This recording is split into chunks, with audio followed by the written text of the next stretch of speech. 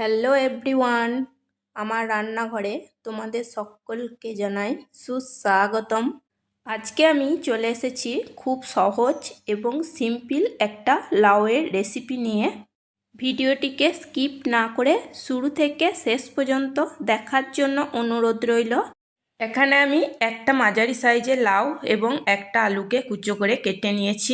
Pressure কুকারে একটা city দিয়ে লাউ সেদ্ধ করে নেব। তোমরা এখানে লাউ সেদ্ধ করতেও পারো, আবার নাও করতে পারো।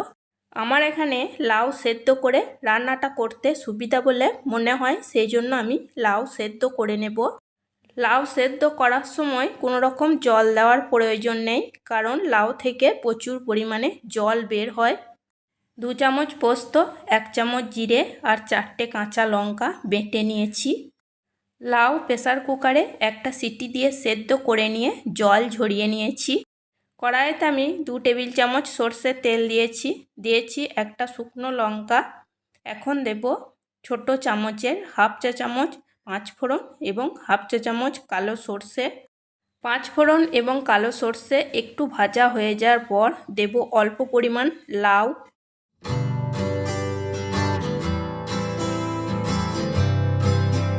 অল্প পরিমাণ লাউ দিয়ে নাড়াচাড়া করে নিয়ে দেব পোস্ত, জিরে এবং কাঁচা লঙ্কা বাটা। আবারও ভালো করে নাড়াচাড়া করে নেব।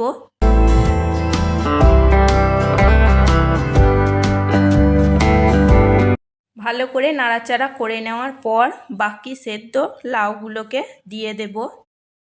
লাউ ভালো করে মশলার সাথে কষিয়ে নেব।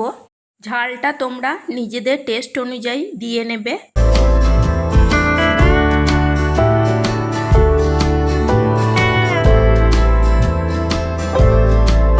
মিডিয়াম ফ্লেমে লাউ ভালো করে কষিয়ে নেওয়ার পর মশলার বাটিটা ধুয়ে অল্প পরিমাণ জল দেব।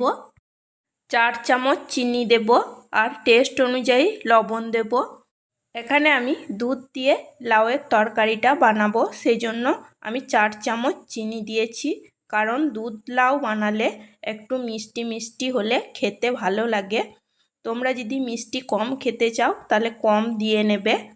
নাড়াচাড়া করে নিয়ে হাই ফ্লেমে 2 মিনিট রান্না করে নেব। 2 মিনিট রান্না করে নেওয়ার পর দেব 1 কাপ গরুর দুধ। দুধ আমি আগে থেকে গরম করে নিয়ে দিয়েছি। আবারও হাই ফ্লেমে 2 মিনিট রান্না করে নেব। আমার রেসিপি যদি তোমাদের ভালো লেগে থাকে তাহলে আমার চ্যানেলটিকে সাবস্ক্রাইব, একটা লাইক, কমেন্ট, শেয়ার করে আমার পাশে থাকবে। এই লাউ তরকারিটা খেতে খুবই ভালো হয়।